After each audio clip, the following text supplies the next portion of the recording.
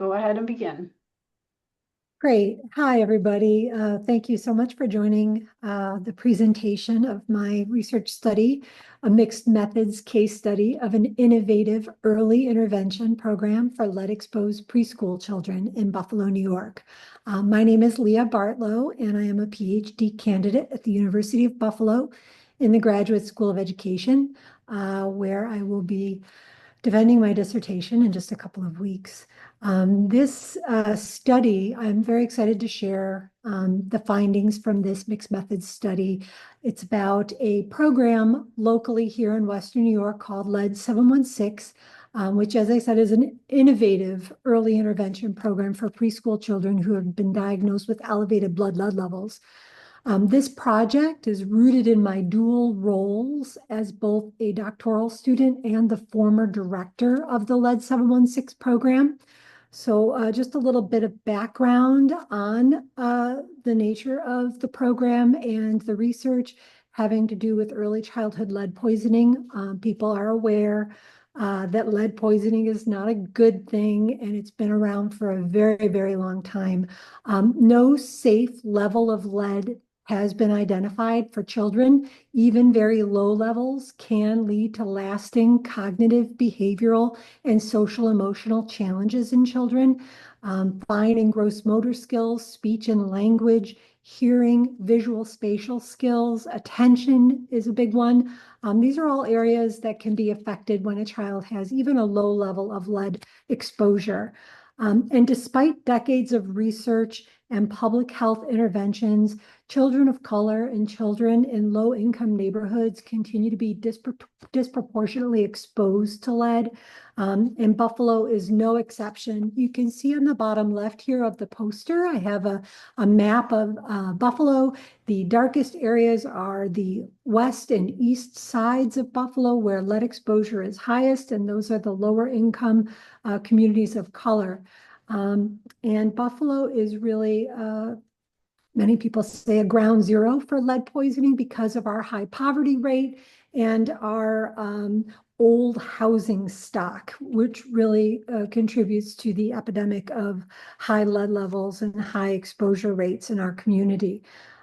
So lead exposure in early childhood really is a critical public health issue.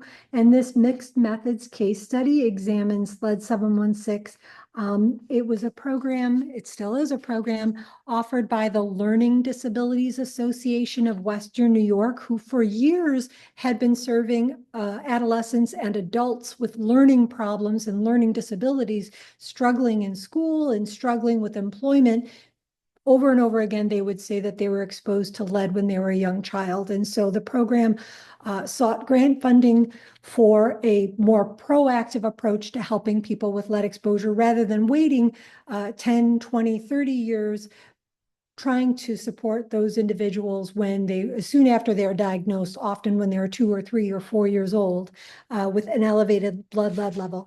The program started in 2017, and I was the first director. One of the big things early on when I was working to try to build the program was I learned about a report. At the time, it was just 2 years old, from the CDC, and it was called Educational Interventions for Children Affected by Lead. And that report really is a seminal report on how to support children.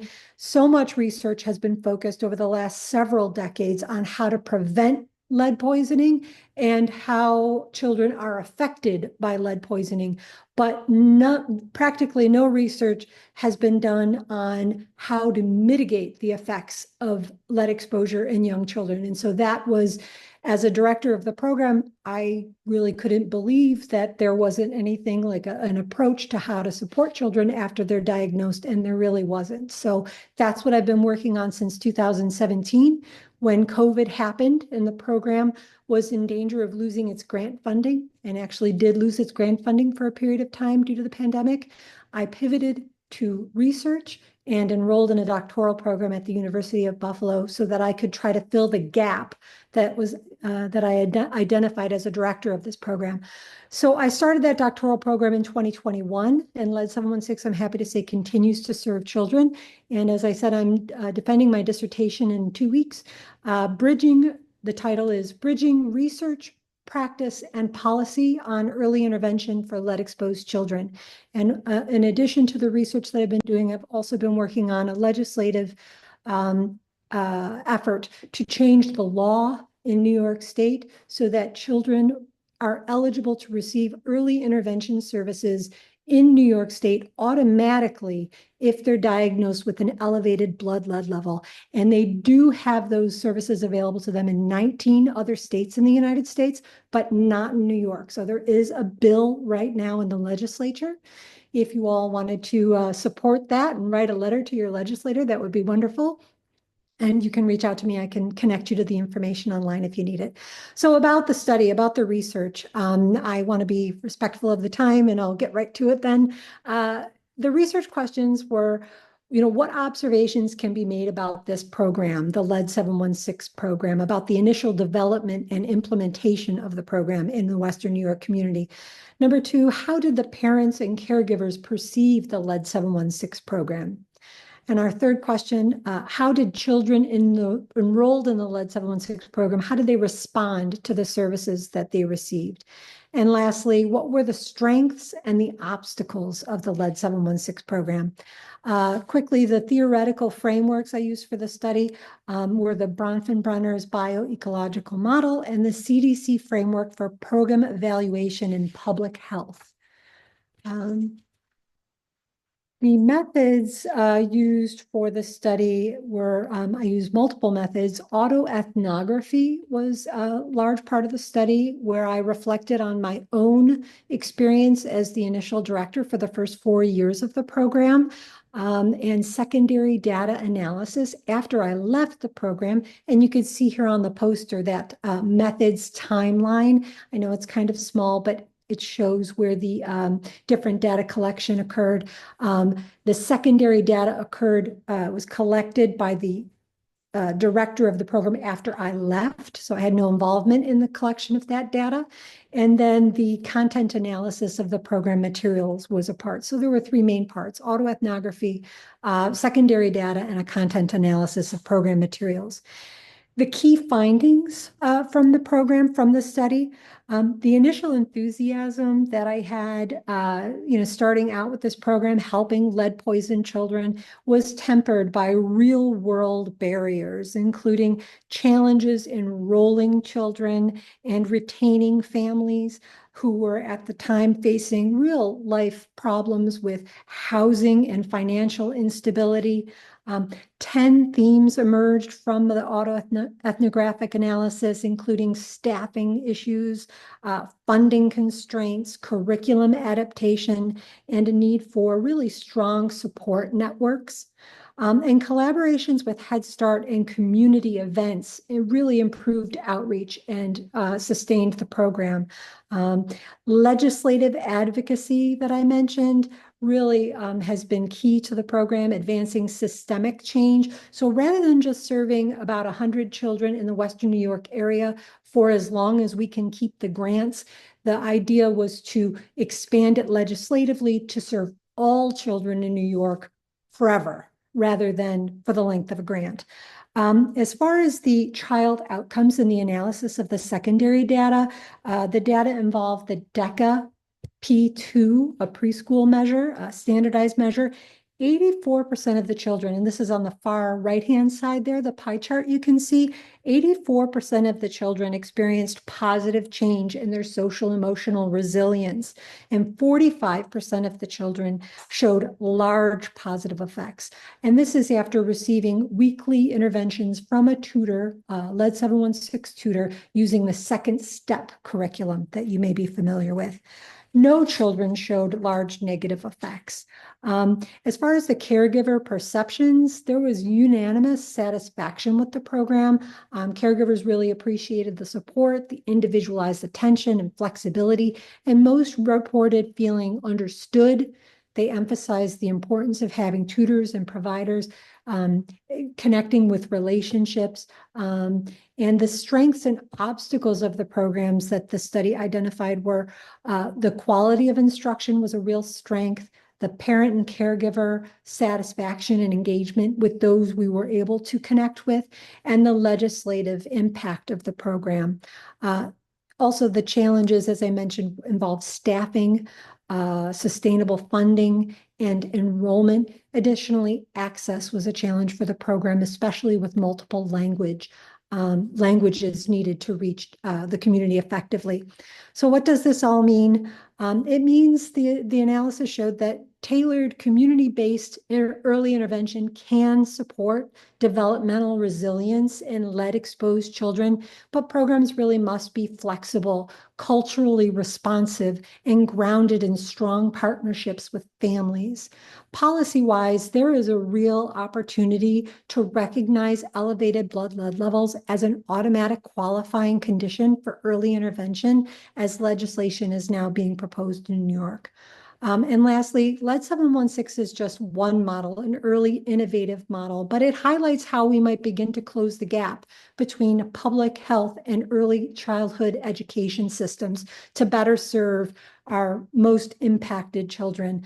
Next steps, we're looking to explore ways to scale or adapt this model to other communities, working together with school districts to help form a continuum of care for children who are exposed to lead throughout K through 12 as well.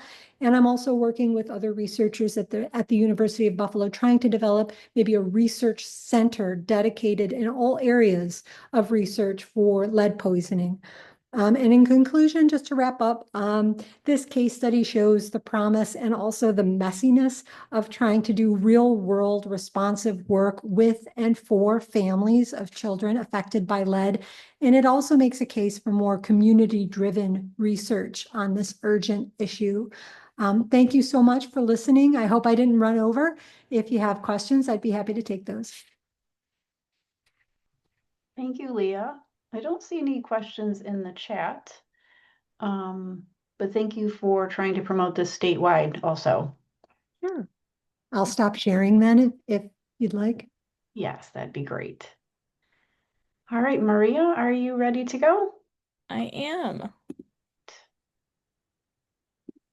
Whenever you're ready, go ahead. Yep, we can see that. So go ahead whenever you're ready. Perfect. So thanks so much for being here today. My name's Maria Finan. I just defended my EDD on Monday, so really excited about that and excited to tell you about the project I worked on.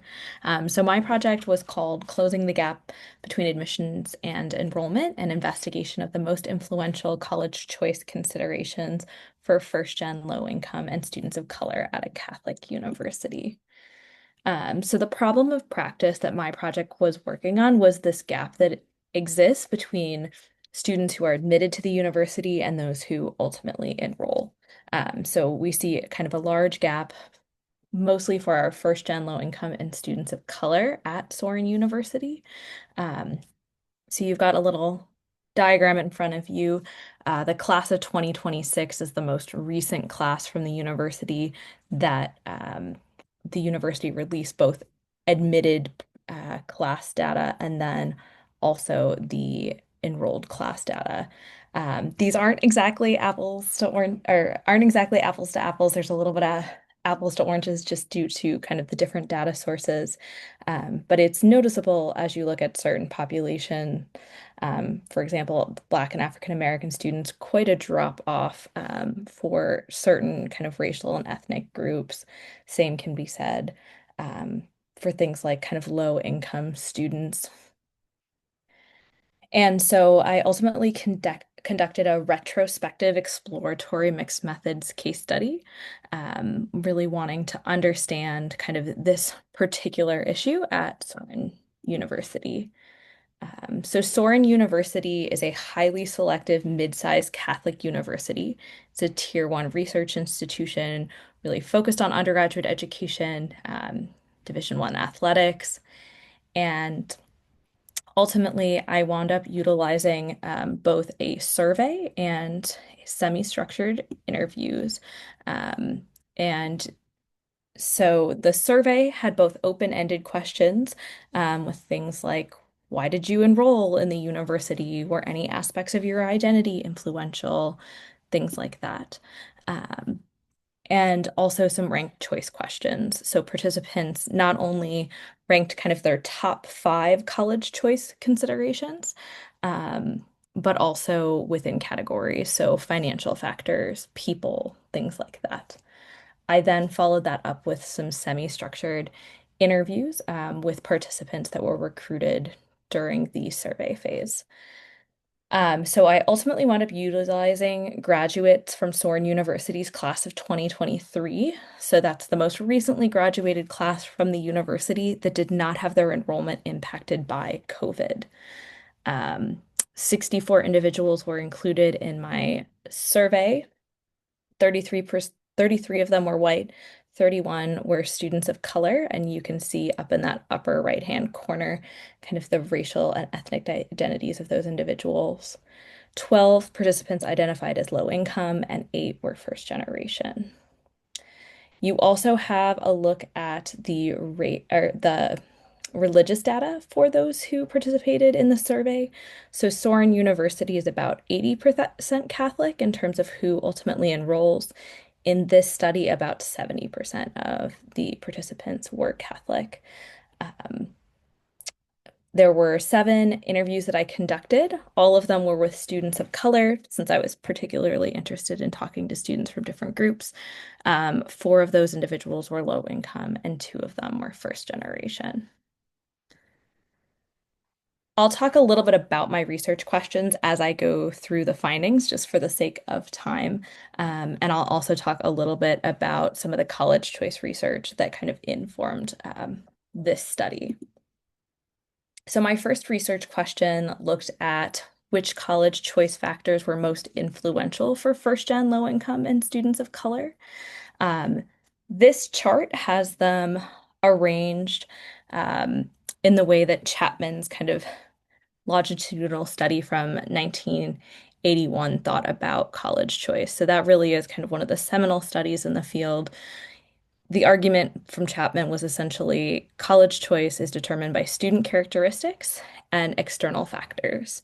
Those external factors would be things like college characteristics, the efforts of colleges to communicate with students, and then significant people. So kind of across all of these different participant groups, faith and religion and financial aid were really kind of the 2 biggest factors that came across no matter how I asked the questions of participants. Across the different groups, there was definitely some overlap and also some variance. So kind of interestingly, for first generation participants, um, some of the emotive pieces were really important. So, like how it felt to be on campus and to be part of the community. Admitted student weekends and campus visits really influenced how they felt about the university, and current students really kind of influenced all of those different factors. So, those emotive pieces were really influential for this group.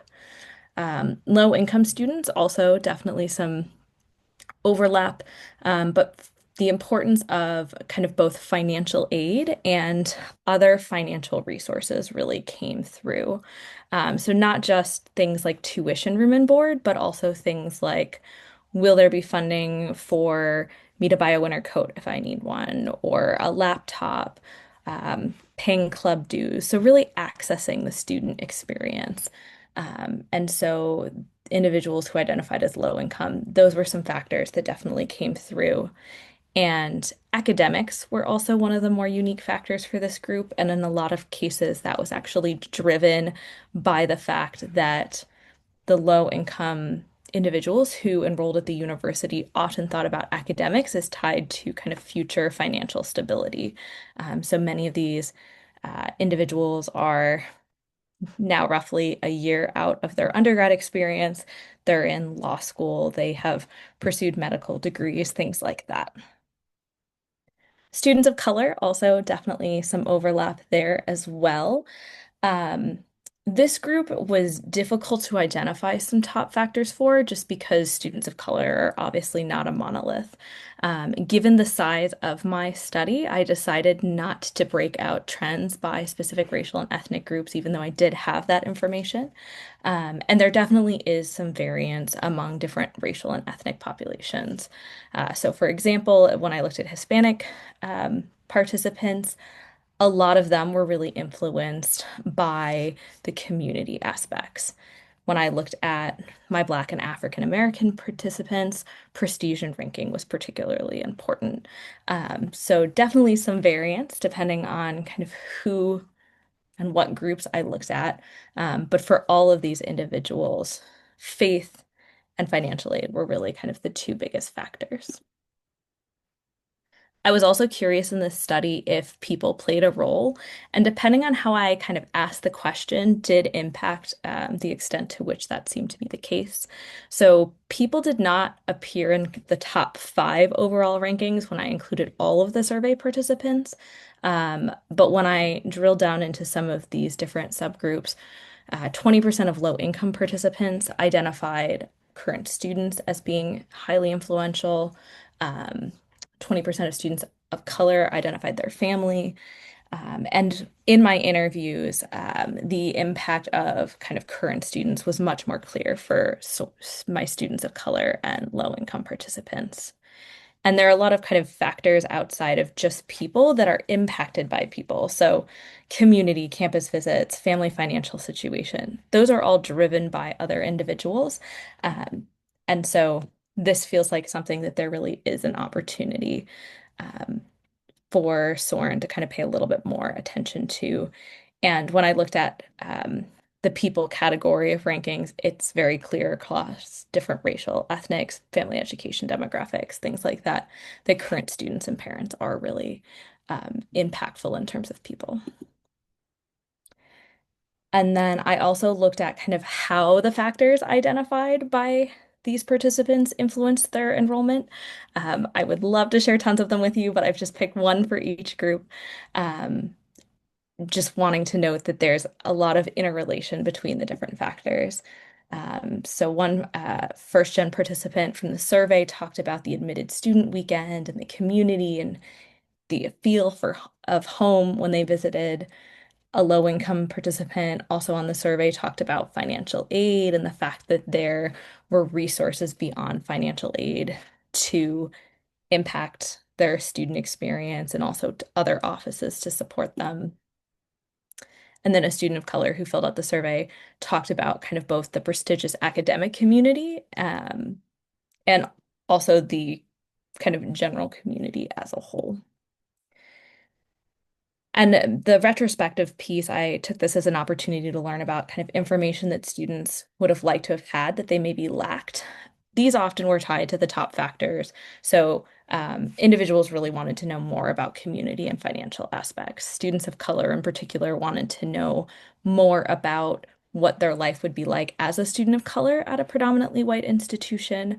First gen and low income participants tended to focus more on the financial supports available, the processes, how did they navigate the resources, things like that. So, kind of the implications or takeaways from this is really that different student groups have different needs. They have different interests, there are different priorities.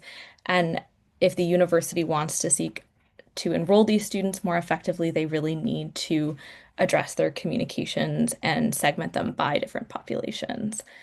Form and content really matter. So, these participants all applying to college are Gen Z.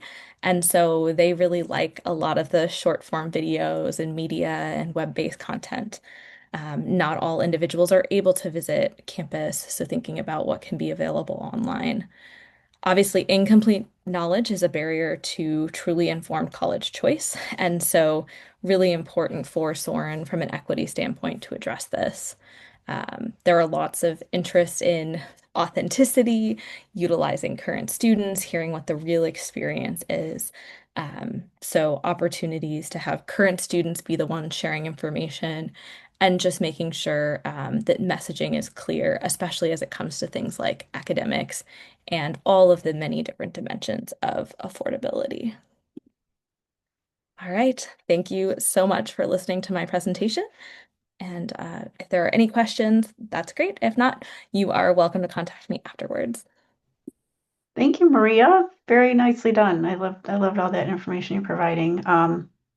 We did go over a little bit, so it's which is fine. We have a little wiggle room. So if people have questions at the end, we can circle back for sure. And let's see, Noelle, you're up next. Are you ready to go? Yes, I am. All right, you go ahead and start. I'll let you know when your slides are up. Or do you have one slide or multiple? I have multiple. Okay, okay, no problem. Let me move this so I can do full screen.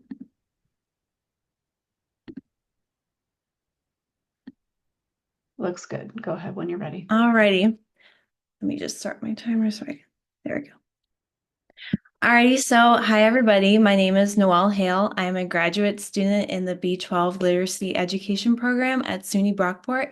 And this is my project, a look at the ways in which teachers' childhood experiences influence their literacy development and can guide effective literacy instruction. There we go.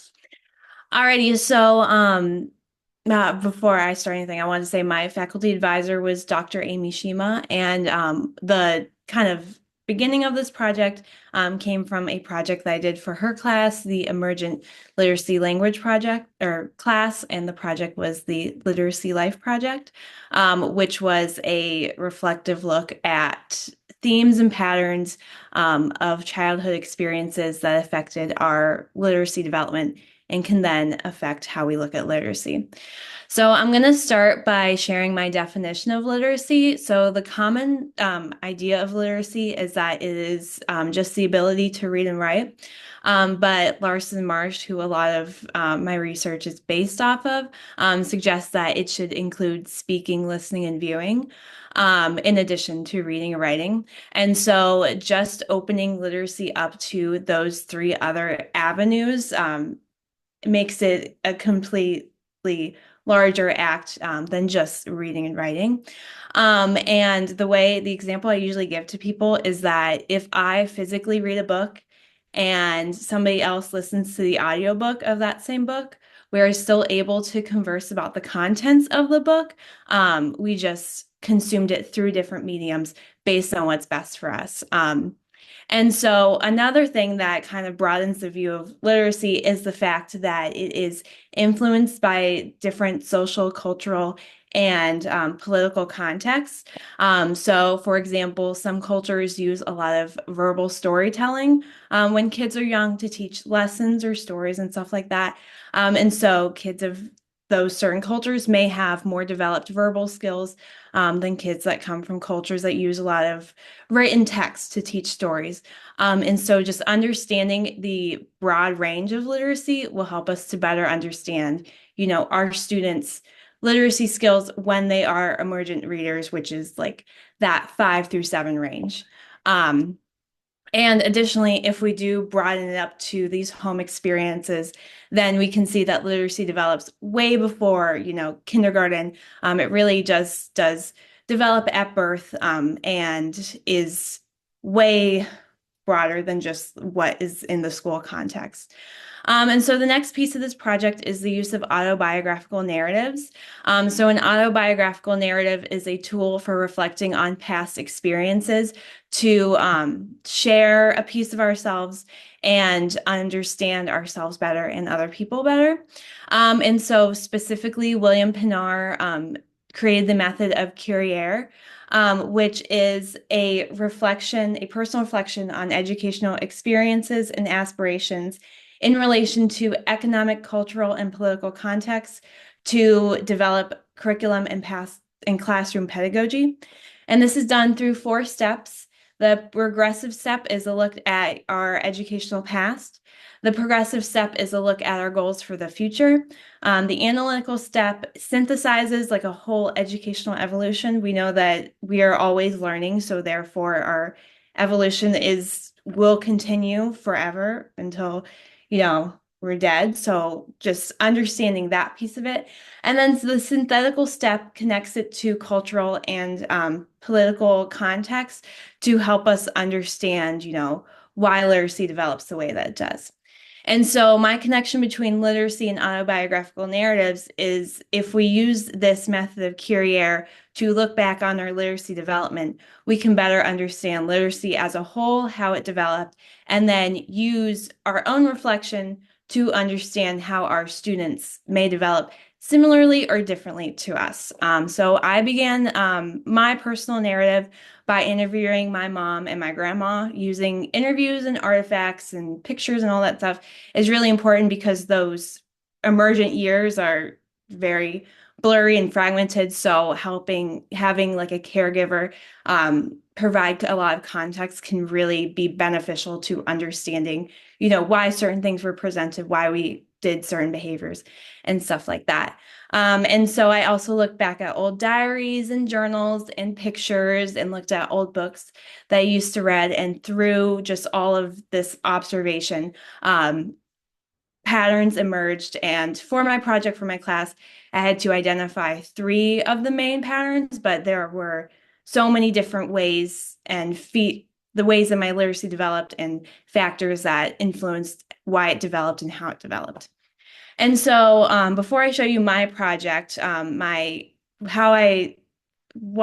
this is useful in the classroom is that it helps to show teachers that there is a broader view of literacy than just, the kind of prepackaged curriculum that a lot of times we do have to present, and just a hope that this can be used to create content and lessons that help students develop the literacy skills that will be useful, in their real lives. I think a lot of the times these days, because there's so much assessment in school, a lot of our classroom content is focused on teaching for an assessment. But if our goal as educators is to create lifelong learners, then we should be creating activities and practices in our classroom that more mirror those real world contexts so that these skills can be used for the rest of our students' lives, because our primary goal as educators should be creating lifelong learners. So next I will show you my autobiographical project. So for this, I created a magazine. I wanted to be a little creative. So this is just my cover and a little summary of everything. But for the sake of time, I'll go into my 3 patterns. So my first one was dramatic play. So as we know, children play is their work, is how they make sense of the world. And in talking to my mom, I remember that dramatic play and, dressing up like a princess, or I did a lot of school and I was the teacher, was a huge part of my childhood and how I loved to spend a lot of my free time. And so, and then researching into the benefits of dramatic play, it helps facilitate inquiry skills, and it also helps children interact in developmentally appropriate conversations, which lead to complex language development, which, is extremely beneficial because those language skills will be used for the rest of our lives. My next one was real world experiences. So I grew up about 30 minutes outside of Washington, D.C. So in that area, there is endless museums, battlefields, all that type of stuff. I've been to every Smithsonian. I went to the White House many, many years ago. And my family loved to travel to Baltimore and Boston. And in doing these, I learned just basic inquiry skills and basic skills of, reading the little blocks in the museums and, going to when they do the reenactments and stuff like that. And my parents intentionally did that to help my brother and I develop a base knowledge of the things we would be learning in school, so that when we were actually learning them, we could say, oh, I've been, to that Civil War battlefield and stuff like that. And it was just really beneficial to, my ability to say, this is a topic that I think is interesting. Let me go research it further. And one funny thing that I had totally never even like remembered until my mom said it, but my dad used to try and get my brother and I to ask questions and be inquisitive when we would go to museums and stuff. And so he would entice us with like going to get ice cream afterwards if we asked like 5 questions while we were there. And now looking back, I see that a lot of those skills are still used in my life today. And without this project, I wouldn't even have thought about that. And so my last pattern was dance. So I danced for 12 years. And this was kind of twofold to helping my literacy development. The first one was that it was kind of my first interest in reading because my parents, before I was interested in dance, I wasn't really interested in like reading or them reading a book to me. But then I was interested in dance, so they found the Angelina Ballerina series. And as we know, if kids are interested in something, they're 1,000 times more likely to want to do it than if they're being forced to do something. And so that was really what got me into reading. And I still, to this day, love to read. But it really stemmed from that love of dance and finding, literature that connected to that love of dance. And additionally, dance helped me to be comfortable sharing like a creative expression or anything in front of a larger audience, which, is a part of literacy because literacy is the output of, expression and information and also the intake of information. So that really helped me to understand how to share my thoughts and ideas with a larger audience, which, is a skill, as we know, is extremely important.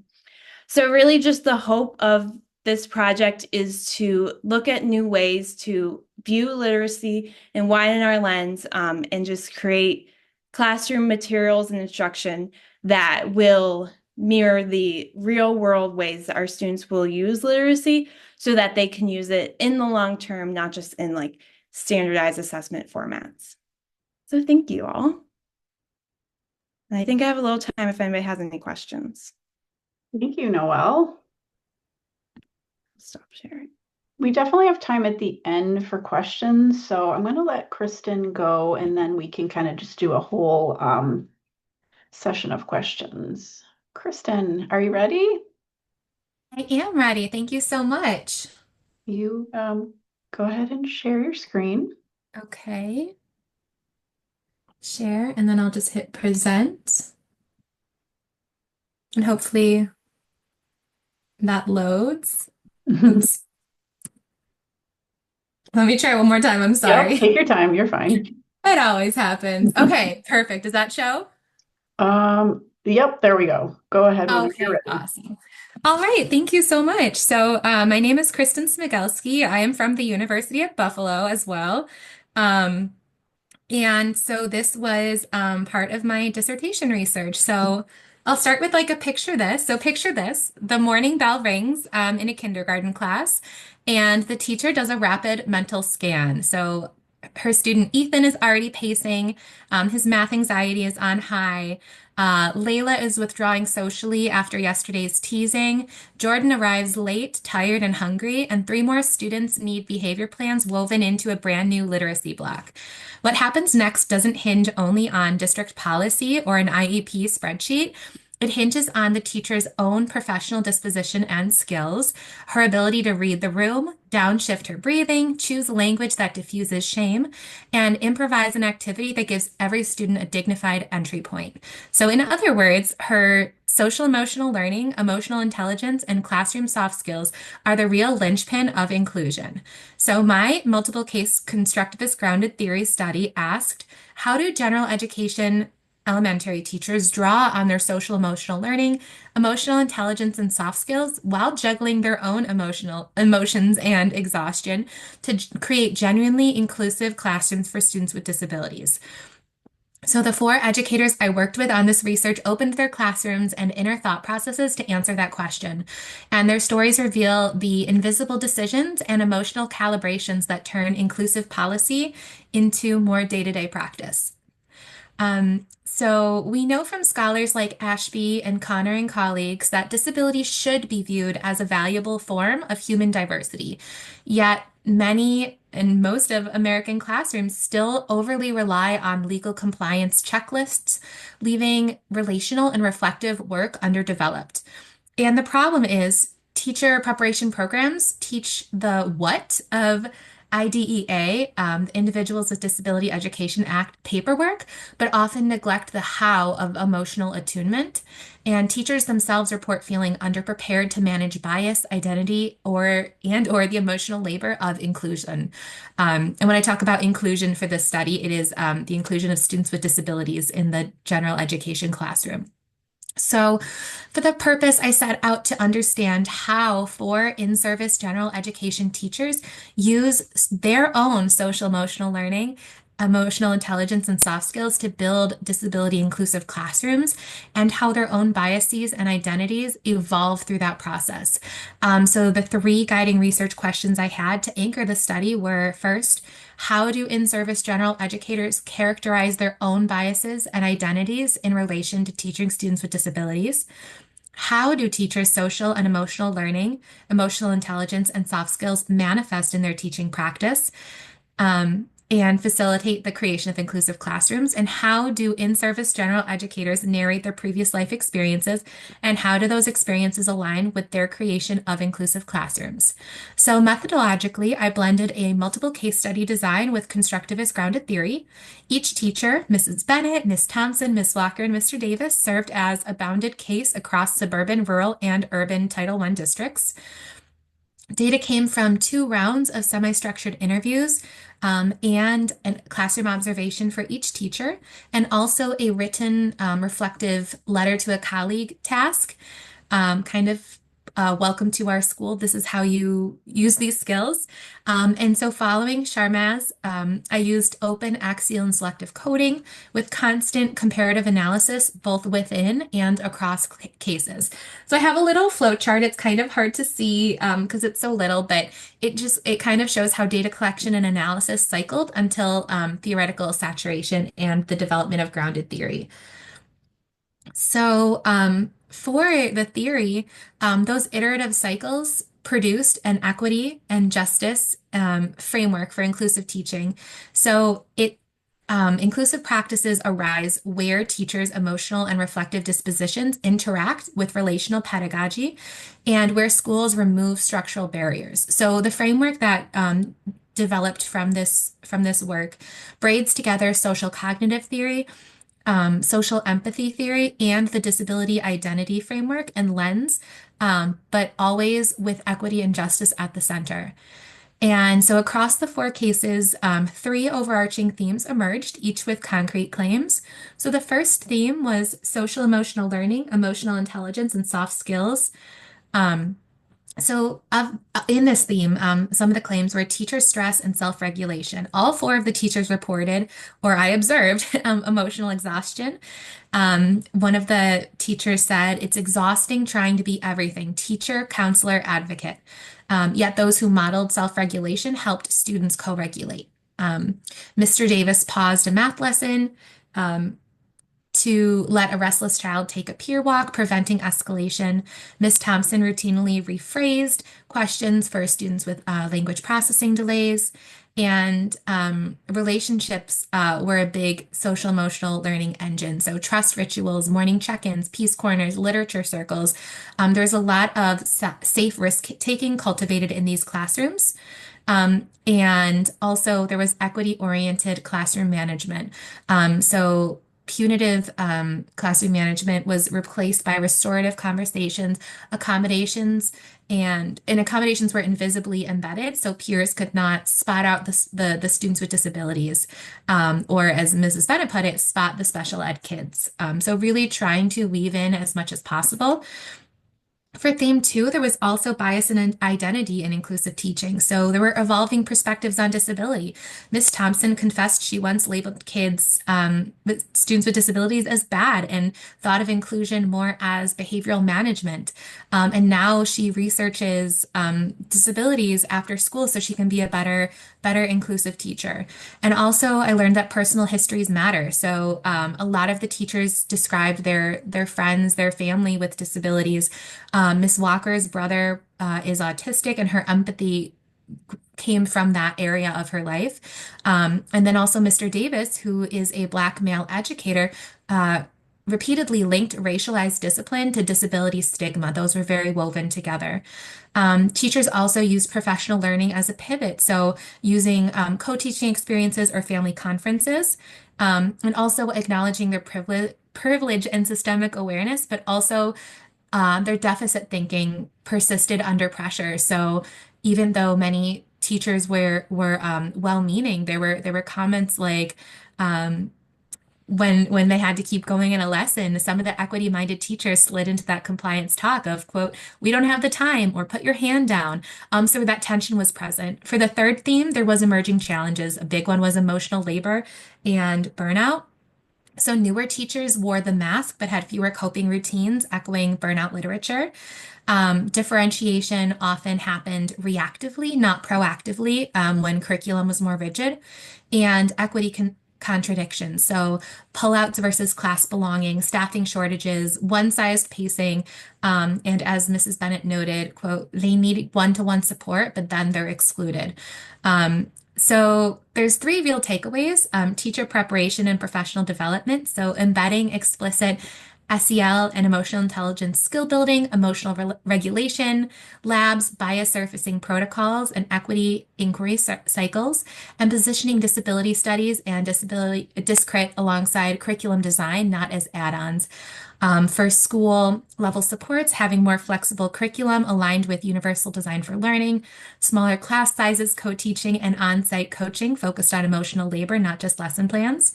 And for policy and accountability, equity audits that track not only academic scores, but belonging indicators, and disaggregated by disability and race, and also funding formulas that recognize the intensive relational work inclusion demands. So in short, the soft stuff is the hard stuff, and it needs resourcing. So the limitations for this study, I only had 4 cases. So they were all rich, but not generalizable.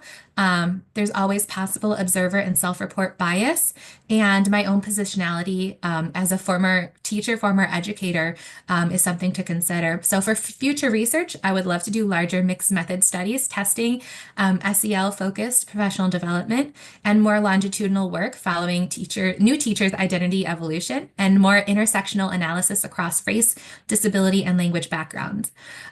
So in conclusion, inclusive education is less about adding things as you go, but more about building relational bridges and having that as part of your core teaching pedagogy and identity, and bridges that are sustained by teachers' emotional intelligence, critical self-reflection, and a school system committed to equity and justice. So when a student feels that, quote, "My teacher believes in me," that's the bridge. So thank you so much. I'm happy to dive deeper into any section, and also looking forward to your questions if we have the time. So I will stop sharing my screen now. Thank you, Kristen. I do have a question, and I had a question for someone else, and certainly if anybody else does, we're in a small enough group, we can unmute and chat informally. And you may have covered this, and I might have missed it, but the participants that you had working on this research, are they in a wide variety of stages of their career? Were they kind of in the same kind of level? Can you talk a little bit about that?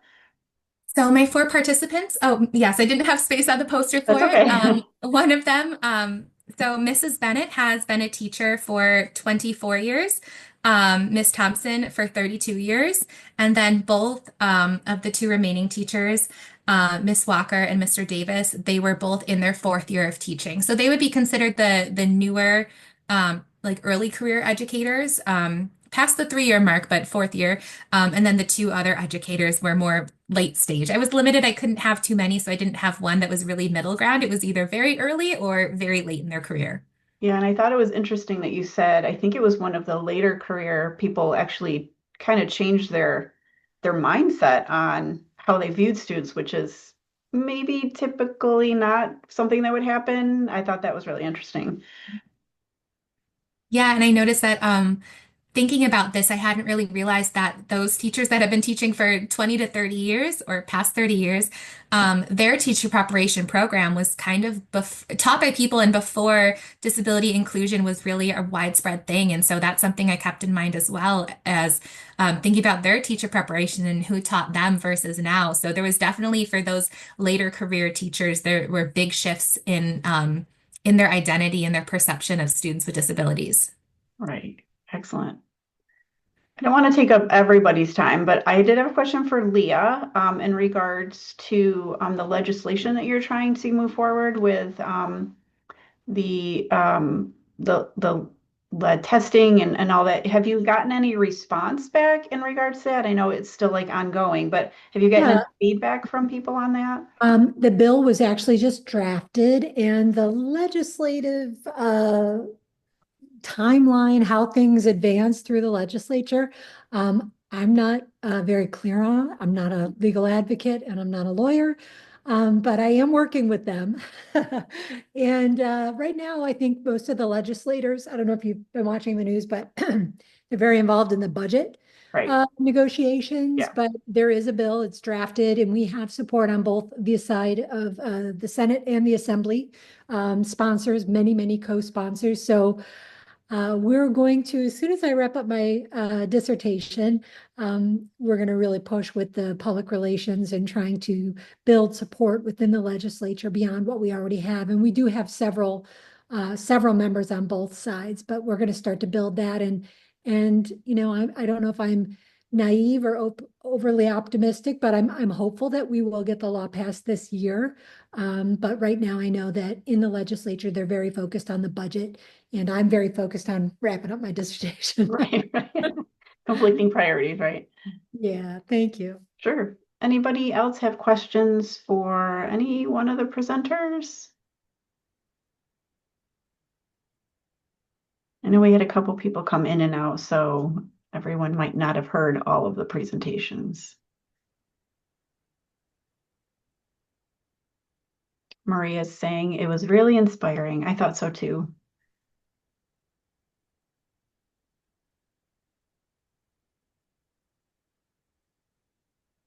Oh, great. Another comment of being inspired. That's a great way to wrap up a week, huh? And a lot of you are ending your research, so that's also nice to hear, I'm sure. Any other comments? I answered a question in the chat just as a reference point. These recordings will be posted on the GradCon website in the next few weeks after they get all rendered, so you can always share your presentation out to friends and colleagues. So if we don't have any other questions, I'm going to close this room, but you're welcome to rejoin and go to any of the other breakouts if you're interested in hearing those. Oh, Sarah, the disability section was very helpful as someone with disabilities. I think that's for Kristen. Might be for everyone, actually. There's a little bit of talk about that for everybody. Thanks, everybody. It was a great breakout room. Great Thank presentation. you. Have a great week, you guys, weekend. Bye. Thank you.